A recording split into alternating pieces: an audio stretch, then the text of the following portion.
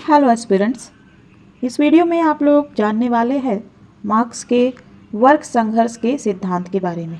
Theory of class conflict या फिर theory of class struggle, both words है same meaning. ठीक है, क्लास कॉन्फ्लिक्ट कहिए या क्लास स्ट्रगल कहिए, वर्ग संघर्ष। इसमें मार्क्स ने बताया है कि समाज में दो वर्ग हैं, एक है अमीर वर्ग और एक है गरीब वर्ग। ठीक है, अमीर वर्ग हैव्स और गरीब वर्ग जो है उसे हैव नॉट्स कहा गया है। हैव्स जो होते हैं, जो अमीर वर्ग होते हैं, उनका उत्पादन के साधनों पर स्वामित्व होता है। ठीक है, यानी जो अमीर वर्ग है वो उत्पादन के साधन के मालिक होते हैं।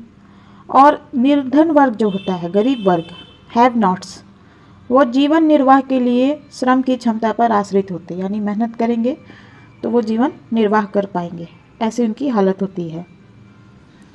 और हैव्स जो होते हैं, धनवान वर्ग, वो प्रभुत्वशाली वर्ग होता है, डोमिनेंट क्लास होता है। और हैव नॉट्स जो होते हैं, निर्धन वर्ग, गरीब वर्ग, वो डिपेंडेंट क्लास होता है। ठीक है, तो इसी पे जो है वर्ग संघर्ष होता है, क्लास स्ट्रगल होता है। दो वर्ग हैं, कौन कौन से? एक धनवान वर्ग, एक निर्धन वर्ग, हैव्स एंड हैव नॉट्स। इन दोनों के बीच ही संघर्ष को वर्ग संघर्ष कहते हैं। तो चलिए इन डेप्थ जानते हैं कि ये वर्ग संघर्ष का सिद्धांत क्या है। ठीक है, मार्क्स ने क्या बताया है। वर्ग संघर्ष की प्रकृति, nature of the class conflict. मार्क्सवाद, मार्क्सिज्म के अंतर्गत वर्ग संघर्ष, क्लास कॉन्फ्लिक्ट या फिर क्लास स्ट्रगल का सिद्धांत जो है ऐतिहासिक भौतिकवाद का पूरक सिद्धांत है। ठीक है, ऐतिहासिक भौतिकवाद सिद्धांत है, उसी का पूरक सिद्धांत कहा जा रहा है क्लास कॉन्फ्लिक्ट को। ठीक है, क्लास स्ट्रगल थ्योरी को ऐतिहासिक भौतिकवाद का पूरक सिद्धांत कहा जा रहा है। यह मार्क्सवाद का समाज वैज्ञानिक आधार, सोशोलॉजिकल बेसिस प्रस्तुत करता है। ठीक है, वर्ग संघर्ष का सिद्धांत जो है मार्क्सवाद का समाज वैज्ञानिक आधार, सोशोलॉजिकल बेसिस प्रस्तुत करता है। मार्क्स और एंजल्स, मार्क्स के मित्र एंजल्स थे, मार्क्स और एंजल्स ने ऐतिहासिक परिवर्तन की प्रक्रिया में वर्ग संघर्ष की भूमिका पर विशेष बल दिया है। ठीक है, हिस्टोरिकल जो चेंज हुआ उसकी प्रोसेस में वर्ग संघर्ष की भूमिका को मार्क्स और एंजल्स ने विशेष बल दिया है।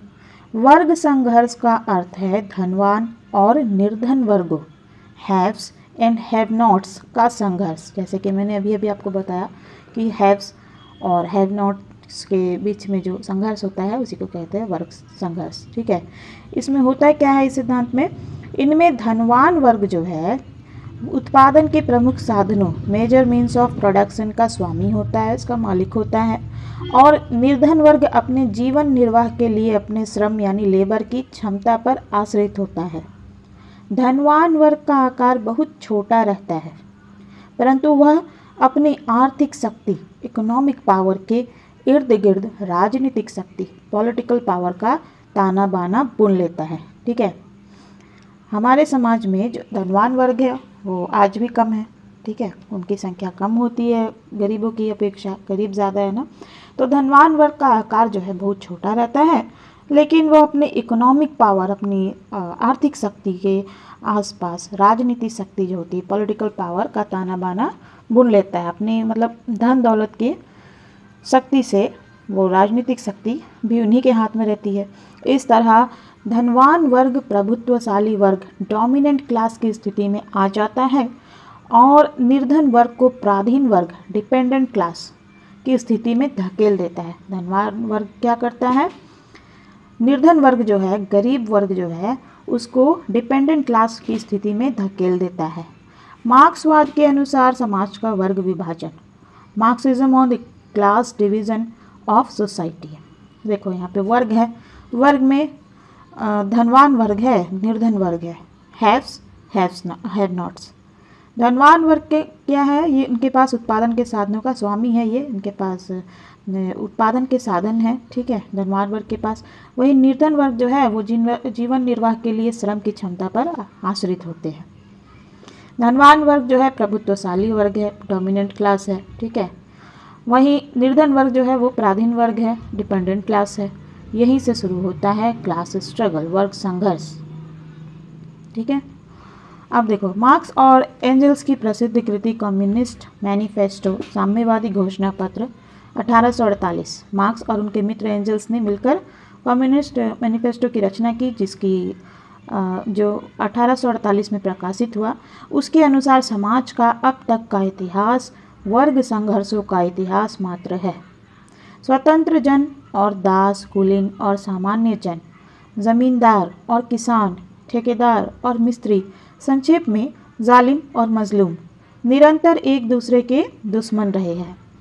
ठीक है, वे कभी चोरी छिपे और कभी खुलेआम लगातार आपस में लड़ते रहे हैं, और इस लड़ाई का अंत हर बार या तो सारे समाज के क्रांतिकारी पुनर्निर्माण में हुआ या फिर दोनों संघर्षरत वर्गों के विनाश में।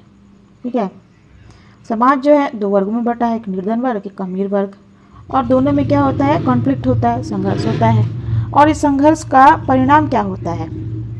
संघर्ष का परिणाम, दोनों एक दूसरे के दुश्मन रहे हैं तो इनके बीच संघर्ष होता है और आपस में ये लड़ते रहते हैं, कभी छिपकर तो कभी खुलेआम। और इस लड़ाई का अंत यानी इसका परिणाम हर बार या तो सारे समाज के क्रांतिकारी पुनर्निर्माण में हुआ या फिर दोनों संघर्ष कर रहे वर्गों के विनाश में। ठीक है, इनके संघर्ष का नतीजा क्या होता है? या तो दोनों वर्ग जो संघर्ष में लिप्त है उनका विनाश हो जाता है या फिर सारे समाज के क्रांतिकारी पुनर्निर्माण होता है। सामाजिक इतिहास का प्रत्येक अध्याय साक्षी है कि धनवान वर्ग ने निर्धन वर्ग पर निरंतर अत्याचार किए। इस तरह राज्य उत्पीड़न ऑपरेशन का साधन मात्र है। मार्क्स के अनुसार वर्ग संघर्ष तब तक जारी रहेगा जब तक स्वयं कामगार वर्ग यानी वर्किंग क्लास जो है समाज की बागडोर नहीं संभाल लेता। तब उत्पादन के प्रमुख साधनों पर सामाजिक स्वामित्व, सोशल ओनरशिप स्थापित हो जाएगा और सब लोग कामगार बन जाएंगे। तभी समाज शोषण, उत्पीड़न, वर्ग भेद और वर्ग संघर्ष के अभिशाप से मुक्त हो सकेगा। प्राचीन काल की दास प्रथा के अंतर्गत सेवक और स्वामी दो परस्पर विरोधी वर्ग थे। ठीक है, प्राचीन काल जो था उसके जो एक दास प्रथा था उसके अंदर क्या होता था? सेवक और स्वामी दो विरोधी वर्ग थे, एक दूसरे के विरोधी थे वे। मध्यकाल की सामंती प्रथा के अंतर्गत किसान और जमींदार परस्पर विरोधी वर्गों के रूप में दिखाई देते हैं। वहीं आधुनिक युग की पूंजीवादी व्यवस्था के अंतर्गत कामगार और पूंजीपति फिर परस्पर विरोधी वर्गों के रूप में प्रकट होते हैं। मार्क्स के अनुसार आधुनिक युग में वर्ग संघर्ष अपनी चरम सीमा पर पहुंच गया है। मार्क्स का विचार है कि पूंजीवादी समाज में वर्गों का विभेदीकरण, डिफरेंशिएशन अत्यंत स्पष्ट हो जाता है। वर्ग चेतना, क्लास कॉन्शियसनेस अत्यंत प्रखर हो जाती है और वर्ग संघर्ष अत्यंत तीव्र यानी तेज हो जाता है। मार्क्स ने यह तर्क दिया कि पूंजी पर आधारित उत्पादन प्रणाली में माल निर्माताओं की निरंतर प्रतिस्पर्धा, कंपटीशन के फलस्वरूप सारी पूंजी और ज़मीन धीरे धीरे इन्हीं गिने लोगों के हाथों में सिमट चली जाएगी। ठीक है, मार्क्स क्या कहते हैं? मार्क्स कहते हैं पूंजीवादी व्यवस्था जिसमें जो भी कैपिटल है और ज़मीन है वो गिने चुने लोगों के हाथों में चली जाएगी। मध्यम वर्ग जो है अपने पैरों पर खड़ा ना रह पाने के कारण कामगार वर्ग में मिल जाने की विवश हो जाएगा। परिणामतः पूंजीपति वर्ग छोटा होता चला जाएगा और कामगार वर्ग का आकार बढ़ता जाएगा। पूंजीपति कैपिटलिस्ट अपने बढ़ते हुए लाभ का उपयोग स्वयं नहीं कर पाएंगे, अतः वे उसे फिर से उद्योगों में लगा देंगे। ठीक है, इससे उत्पादन तो बढ़ेगा, प्रोडक्शन तो बढ़ेगा, लेकिन निर्धन कामगार वर्ग क्रय शक्ति, परचेजिंग पावर के अभाव में बाजार नहीं जुटा पाएगा। तब देश के बाहर बाजार की तलाश शुरू होगी। अतः परिवहन और संचार, ट्रांसपोर्ट एंड कम्युनिकेशन के उन्नत साधनों का विकास होगा, जिससे विभिन्न देशों में परस्पर संबंध जुड़ेगा। ठीक है, पूंजीपति व्यवस्था में क्या होगा? पूंजीपति व्यवस्था में जो धन है वो कुछ गिने चुने लोगों के हाथों में रह जाएगा। फिर क्या होगा? जो बाजार होगा उस पर कामगार वर्ग यानी निर्धन वर्ग जो है वो सारी चीज़ों को तो खरीद नहीं सकता, तो क्या होगा फिर देश के बाहर आउट ऑफ कंट्री बाज़ार जो मार्केट है वो खोजा जाएगा पूंजीपति वर्ग के द्वारा। फिर परिवहन और संचार ट्रांसपोर्ट एंड कम्युनिकेशन के उन्नत साधनों का विकास होगा, जिससे अलग अलग देशों में एक दूसरे के संबंध जुड़ेंगे। सचेत कामगार वर्ग अपने संगठन की सुदृढ़ता और अपने आंदोलन के विस्तार के लिए इन साधनों का प्रयोग करने लगेगा।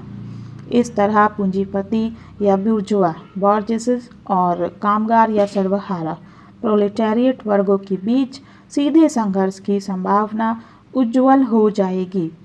सर्वहारा वर्ग अपनी विशाल संख्या और सुदृढ़ संगठन के बल पर मुट्ठी भर पूंजीपतियों को धाराशाही कर देगा। इस तरह लुटेरों को लूट लिया जाएगा। सर्वहारा की विजय के बाद उत्पादन के प्रमुख साधनों को सामाजिक स्वामित्व सोशल ओनरशिप में रखकर पुराने पूंजीपतियों के कामगार बन जाने के लिए विवश किया जाएगा, जिससे समाज के सभी सदस्य उत्पादन करने वाले बन जाएंगे। दूसरों के श्रम पर पलने वाला कोई नहीं होगा। इस तरह वर्ग भेद जो है मिट जाएगा और अंततः वर्गहीन समाज क्लासलेस सोसाइटी का उदय होगा। बुर्जुआ वर्ग किसे कहते हैं? बॉर्जियस पूंजीवाद यानी कैपिटलिज्म के अंतर्गत वह वर्ग जो सामाजिक उत्पादन के प्रमुख साधनों जैसे कि भूमि, कल कारखानों, कच्चे माल के स्रोतों इत्यादि पर अपना स्वामित्व और नियंत्रण स्थापित कर लेता है। यह पूंजीपति वर्ग कैपिटलिस्ट क्लास का पर्याय है। सर्वहारा वर्ग से क्या तात्पर्य है? प्रोलेटारिएट पूंजीवाद के अंतर्गत औद्योगिक कामगारों इंडस्ट्रियल वर्कर्स का वह विशाल वर्ग जो जनसाधारण की श्रेणी में आता है। अतः यह कामगार वर्ग वर्किंग क्लास का पर्याय है। इसके पास कोई निजी संपत्ति प्राइवेट प्रॉपर्टी नहीं होती। यह केवल अपनी श्रम शक्ति यानी लेबर पावर के बल पर जीवन निर्वाह करने के लिए विवश होता है। तो आप समझ चुके होंगे कि बुर्जुआ वर्ग से क्या तात्पर्य है और सर्वहारा वर्ग का क्या अर्थ है। ठीक है, आगे जानते हैं मार्क्स का क्या कहना है। मार्क्स कहता है कि अब तक के इतिहास में जिस वर्ग ने शोषणकर्ताओं से सत्ता छीनी, कालांतर में वह स्वयं शोषणकर्ता बन गया। फॉर एग्जाम्पल, उदाहरण के लिए आधुनिक युग के आरंभ में नए पूंजीपति वर्ग ने पुराने जमींदार वर्ग लैंडलॉर्ड्स क्लास से सत्ता छीनी, परंतु कालांतर में यानी कुछ समय के बाद में वह स्वयं कामगार वर्ग का शोषण करने लगा। ठीक है, आधुनिक समय में क्या हो रहा है? पूंजीपति वर्ग जो है वो कामगार वर्ग का शोषण कर रहा है। तो पहले जो है ज़मींदार वर्ग जो शोषण करते थे उनसे पूंजीपति वर्ग ने पुराने ज़मींदार वर्ग से सत्ता छीनी, लेकिन कालांतर में वह स्वयं यानी पूंजीपति वर्ग स्वयं कामगार वर्ग का शोषण करने लगे। इसलिए अब तक जितनी क्रांतियाँ हुई उनसे इतिहास अपने अंतिम लक्ष्य तक नहीं पहुँच पाया, अर्थात शोषण मुक्त समाज का उदय नहीं हो पाया। परंतु पूंजीपति और सर्वहारा वर्गों के संघर्ष से जो क्रांति होगी वह पिछली सब क्रांतियों से भिन्न यानी अलग होगी, क्योंकि इससे शोषक वर्ग का अस्तित्व ही मिट जाएगा। यानी जो शोषण करने वाले वर्ग है उसका अस्तित्व, उसका एग्जिस्टेंस ही खत्म हो जाएगा और वर्गहीन समाज क्लासलेस सोसाइटी की स्थापना का रास्ता खुल जाएगा। मार्क्स ने वर्गहीन समाज को, क्लासलेस सोसाइटी को साम्यवादी समाज कम्युनिस्ट सोसाइटी की संज्ञा दी है। चूँकि मार्क्सवादी संकल्पना के अनुसार राज्य दूसरों के उत्पीड़न का साधन मात्र है, इसलिए साम्यवादी क्रांति के फलस्वरूप राज्य भी लुप्त हो जाएगा। ठीक है, मार्क्सवादी संकल्पना जो है मार्क्सिज्म कॉन्सेप्ट, उसके अनुसार राज्य जो है वे दूसरों का उत्पीड़न का साधन है। इसलिए जब साम्यवादी क्रांति होगी तो क्या होगा? राज्य भी लुप्त हो जाएगा। अतः साम्यवादी समाज वर्गहीन क्लासलेस तो होगा ही, राज्यहीन यानी स्टेटलेस भी होगा। साम्यवाद कम्युनिज्म के उदय से पहले सामाजिक विकास की सब अवस्थाओं में मनुष्य प्रकृति के निर्विकार नियमों से बंधा रहता है, अतः वह विवश होता है। परंतु साम्यवाद की जब स्थापना हो जाएगी तब वह इन बंधनों से मुक्त होकर अपने जीवन और समाज को मनचाहा रूप देने के लिए स्वतंत्र हो जाता है। अतः साम्यवादी समाज की स्थापना ऐसे परिवर्तन का संकेत देगी जिसमें मनुष्य व्यवस्था लोक किंगडम ऑफ नेसेसिटी से निकलकर स्वतंत्रता लोक किंगडम ऑफ फ्रीडम में प्रवेश करेगा। परंतु साम्यवाद यानी कम्युनिज्म की स्थापना से पहले एक अंतरिम अवस्था को पार करना होगा जिसमें उत्पादन के प्रमुख साधनों पर सामाजिक स्वामित्व स्थापित करके पूंजीवाद के अंतिम अवशेषों को हटाना होगा। मार्क्स ने इस अवस्था को समाजवाद सोशलिज्म की संज्ञा दी है। समाजवाद की विशेषता सर्वहारा का अधिनायक तंत्र डिक्टेटरशिप ऑफ प्रोलेटारिएट होगी। इस अवस्था में राज्य का स्वरूप अपने पूर्ववर्ती राज्यों की तरह उत्पीड़नकारी होगा, परंतु पूर्ववर्ती यानी पहले के राज्यों के विपरीत उसके उलट इसमें पुराने शोषक वर्ग अर्थात पूंजीपतियों का उत्पीड़न किया जाएगा, निर्धन शोषित वर्ग का नहीं। ऐसा समाज बुर्जुआ संसदीय लोकतंत्र की तुलना में अधिक लोकतंत्रीय होगा, क्योंकि सच्चा लोकतंत्र ऐसे समाज में नहीं पनप सकता जो पूंजीवादी व्यवस्था की तरह दो परस्पर विरोधी वर्गों में बटा हो। समाजवाद की छत्रछाया में ही साम्यवाद का उदय होगा। समाजवाद और साम्यवाद में एक अंतर यह भी होगा कि साम्यवाद में तो प्रत्येक व्यक्ति अपनी योग्यता के अनुसार कार्य करेगा और अपनी आवश्यकता के अनुसार प्राप्त करेगा, क्योंकि तब उत्पादन पूरे पैमाने पर होगा। परंतु समाजवाद के अंतर्गत प्रत्येक व्यक्ति अपनी योग्यता के अनुसार कार्य करेगा और अपने कार्य के अनुसार प्राप्त करेगा। यह बात ध्यान देने की है कि जहाँ हेगल राष्ट्र राज्य नेशन स्टेट को सामाजिक विकास का अंतिम लक्ष्य मानता है, मार्क्स सामाजिक प्रगति के लिए राष्ट्र की सीमाओं को स्वीकार ही नहीं करता। वह ऐसी वर्ग चेतना में विश्वास करता है जो राष्ट्र या देश की सीमाओं में बंद कर नहीं रह सकती। अतः पूंजीवाद को पराजित करने के लिए, इसको हराने के लिए वो संपूर्ण विश्व के कामगारों में एकता का आह्वान करता है। इसी अर्थ में मार्क्सवाद का स्वरूप अंतर्राष्ट्रीय है। समाजवाद की स्थापना के बाद साम्यवाद के उदय में कितना समय लगेगा, यह विवाद का विषय है। V.I. लेनिन 1870 से 1924 के अनुसार समाजवाद की स्थापना के बाद जब पूंजीवाद के अंतिम अवशेषों को हटा दिया जाएगा तब वर्ग संघर्ष तो समाप्त यानी खत्म हो जाएगा, परंतु सर्वहारा के नेतृत्व के लिए साम्यवादी दल कम्युनिस्ट पार्टी को अनिश्चित काल तक बने रहना होगा।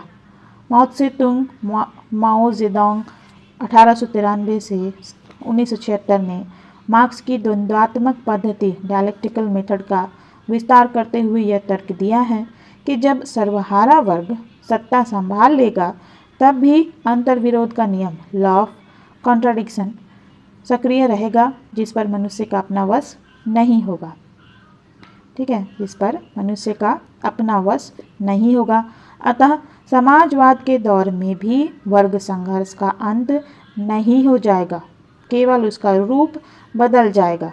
माओ के अनुसार आर्थिक मोर्चे पर समाजवादी क्रांति हो जाने के बाद समाजवादी व्यवस्था अपने आप सुदृढ़ नहीं हो जाएगी। समाजवादी व्यवस्था को सुदृढ़ करने के लिए राजनीतिक, सांस्कृतिक, शैक्षिक और विचारधारात्मक मोर्चों पर समाजवाद को बढ़ावा देना जरूरी होगा, जिसमें लंबा समय लगेगा। इसके लिए कुछ दशक पर्याप्त नहीं होंगे, बल्कि इसमें कई शताब्दियां लग जाएंगी। लेनिन और स्टालिन 1879 to 1953 से मतभेद प्रकट करते हुए माओ ने यह तर्क दिया कि समाजवादी व्यवस्था में भी मूल्यों और संस्कारों के स्तर पर सर्वहारा और बुर्जुआ वर्गों का संघर्ष लगातार चलता रहेगा। यह लंबा चलने वाला, बार बार पैदा होने वाला, दारुण और जटिल संघर्ष है। समुद्र की लहरों की तरह यह कभी बहुत उग्र हो जाता है, कभी कुछ शांत हो जाता है, परंतु यह पूरी तरह समाप्त नहीं हो जाता। अतः समाजवादी पुनर्निर्माण की प्रक्रिया निरंतर क्रांति, परमानेंट रिवॉल्यूशन की प्रक्रिया है, जिसमें कभी कोई ढील नहीं दी जा सकती।